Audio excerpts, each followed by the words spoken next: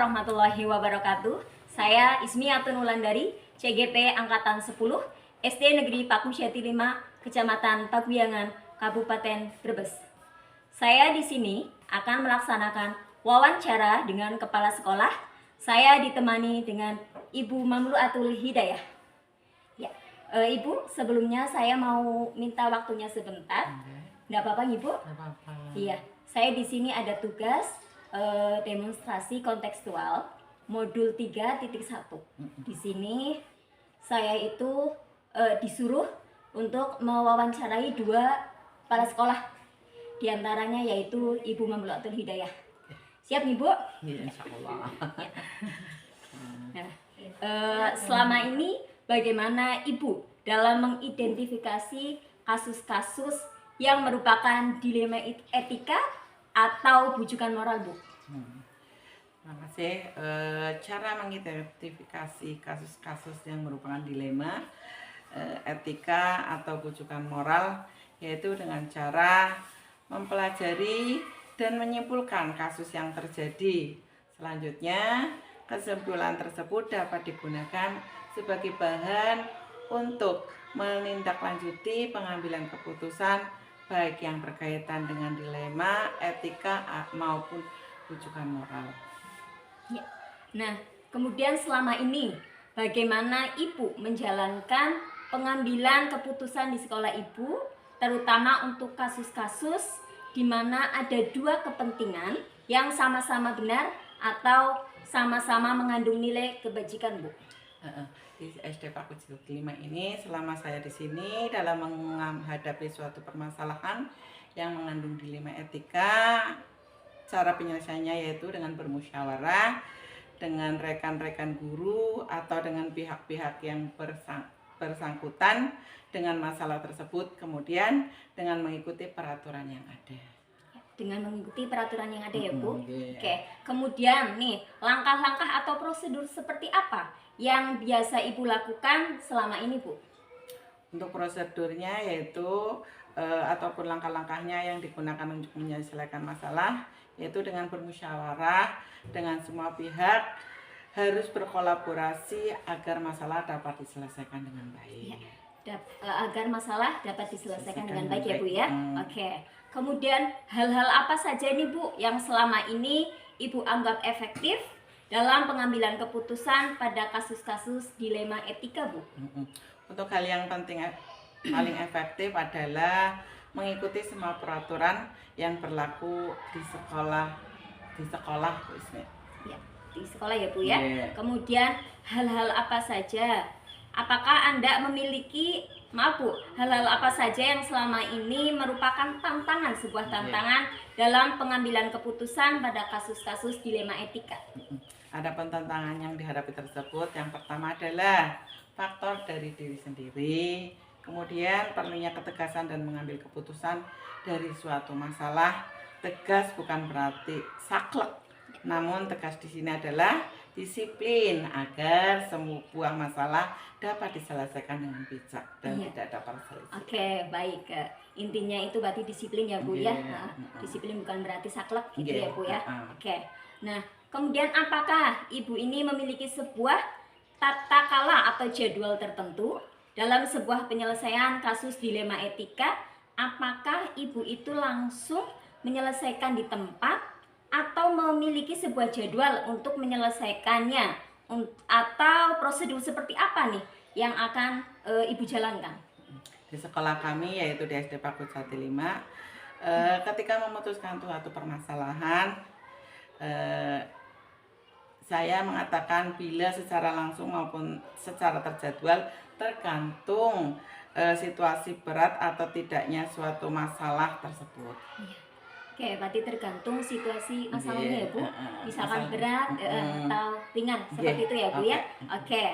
Nah, sekarang adakah seseorang atau faktor-faktor apa yang selama ini mempermudah atau membantu Ibu selaku kepala sekolah dalam pengambilan keputusan dalam kasus-kasus dilema etika, Bu? Untuk faktor-faktor yang dapat mempermudah dalam pengambilan keputusan yaitu dengan menerapkan nilai-nilai kebajikan.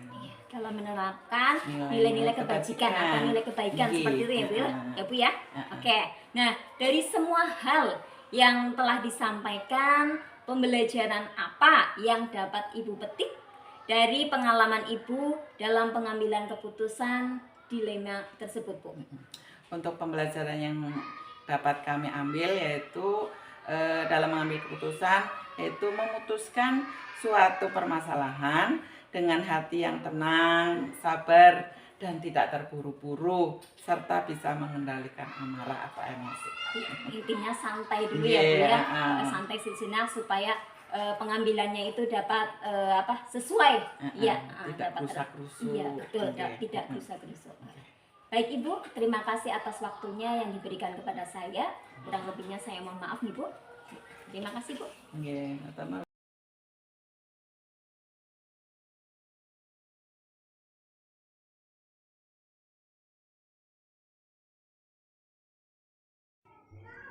Baik, terima kasih. Kali ini saya ditemani dengan narasumber yang kedua, yaitu ada Bu Nur Hidayati. Beliau Kepala Sekolah SD Negeri Pakujati 1. Baik Ibu, wawancara pagi ini bisa kita mulai? Boleh, silakan. Selama ini bagaimana Ibu dalam mengidentifikasi kasus-kasus yang merupakan dilema etika atau bujukan moral itu? Dalam menghadapi mengidentifikasi kasus, saya akan mempelajari dan menyimpulkan kasus yang terjadi. Setelah itu, kesimpulan yang dari kasus tersebut yang kita tadi dipelajari digunakan untuk menindaklanjuti pengambilan keputusan, baik itu yang berkaitan dengan etika moral ya, moral etika, ataupun yang berkaitan dengan bujukan moral tadi. Untuk selama ini bagaimana Ibu menjalankan pengambilan keputusan di sekolah, terutama untuk kasus-kasus di mana di sini itu ada dua kepentingan, yaitu kepentingan yang sama-sama benar atau yang mengandung nilai kebajikan Ibu? Dalam menghadapi permasalahan yang mengandung dilema tadi, dalam menyelesaikan masalah tentu saja saya melakukan musyawarah terutama dengan pihak sekolah yang dikatakan itu. Kalau lebih luas nanti akan lebih luas lagi yang dilibatkan. Nah, dalam menyelesaikan masalah tersebut, dalam bermusyawarah nanti kita tentu saja harus mengikuti peraturan yang ada. Berarti pada intinya semua warga sekolah itu dilibatkan seperti itu ya Bu? Oke, baik. Nah, untuk langkah-langkah atau prosedur seperti apa yang biasa Ibu lakukan selama ini Bu?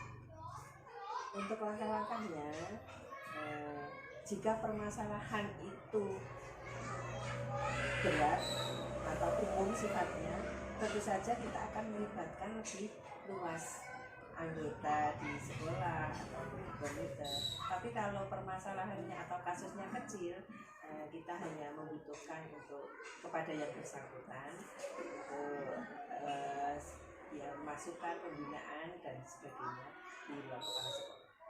Jadi pada intinya tergantung masalahnya berat atau ringan itu. Seperti itu Bu? Oke, baik. Hal-hal apa saja yang selama ini Ibu itu anggap efektif dalam pengambilan keputusan pada kasus-kasus dilema etika? Hal yang paling efektif ya, karena tiap sekolah kan punya peraturan gitu. Iya. Maka yang paling efektif adalah kita melakukan sesuatu itu berdasarkan peraturan yang ada di sekolah. Di SD di sini ya aturannya tentu saja berbeda dengan aturan. Sesuai dengan peraturan sekolah sendiri ya. Oke. Kemudian apakah selama ini Ibu itu memiliki sebuah tata kelola atau jadwal tertentu dalam sebuah penyelesaian kasus dilema etika? Apakah Ibu itu langsung menyelesaikan di tempat atau memiliki sebuah jadwal untuk menyelesaikannya, bentuk atau prosedur seperti apa yang akan Ibu ambil? Kasus, namanya kasus ya Bu. Dan kasus itu kadang-kadang datangnya kan tidak dengan tiba-tiba ya. Ya, kasus itu datanya dengan tidak disangka. Nah, seandainya itu yang sifatnya penting, maka kita sih jangan menunda untuk menyelesaikan kasus. Jadi Bisa kalau yang berat bisa menggunakan dengan berbicara dengan musyawarah dengan banyak orang, melibatkan banyak orang, diselesaikannya juga sesuai dengan sikon, bisa terjadwal, bisa juga spontanitas. Kalau hanya ringan ya kita selesaikan langsung saja spontanitas, tapi kalau dirasa kalau berat ya kita jadwalkan nanti kapan kita selesaikan bersama-sama. Jadi sama ya Bu, pada Iya. intinya kasusnya itu dilihat dulu ya Bu. Iya, dilihat dulu. Oke, siap. Kemudian adakah seseorang atau faktor-faktor apa yang selama ini itu mempermudah atau membantu dalam pengambilan keputusan dalam kasus-kasus dilema etika? Tentunya ada dalam pengambilan keputusan, tentunya ada yang mempermudah dalam mengambil keputusan, pertama kompak. Iya, ini kompak itu Ini sangat penting, iya betul. ya. Modal utama ya Bu. Betul. Sehingga kalau kita sudah kompak, kita bermusyawarah, tentu saja kan pikiran juga sehat. Nah, Karena adanya sharing. Iya betul. Nanti akan diambil keputusan yang terbaik pasti. Kemudian dari semua ini, hal yang telah disampaikan tadi itu pembelajaran apa yang dapat Ibu petik dari pengalaman Ibu dalam mengambil keputusan? Untuk pembelajaran dan pengambilan keputusan ya. Iya. Dalam pengambilan keputusan yang utama jangan buru-buru. Iya, jangan buru-buru. Bisa gitu. Jangan buru-buru. Sesuatu yang buru-buru nanti akan menghasilkan yang tidak baik. Iya. Harus jangan buru-buru. Kemudian baru setelah selalu melakukannya dengan musyawarah. Iya. Jadi hal yang penting itu jangan buru-buru lah. Kita ambil musyawarah, duduk bersama untuk mengambil cara baik-baik untuk mengambilkan keputusan yang terbaik. Tentunya dengan hati yang tenang. Betul. Iya, supaya semua kasus, semua masalah ini dapat terselesaikan dengan baik. Seperti itu Ibu. Iya, betul sekali. Ibu, wawancara pagi ini telah selesai. Terima kasih atas waktu yang telah diberikan kepada saya. Saya pamit Ibu. Dan lancar semuanya. Amin, terima kasih.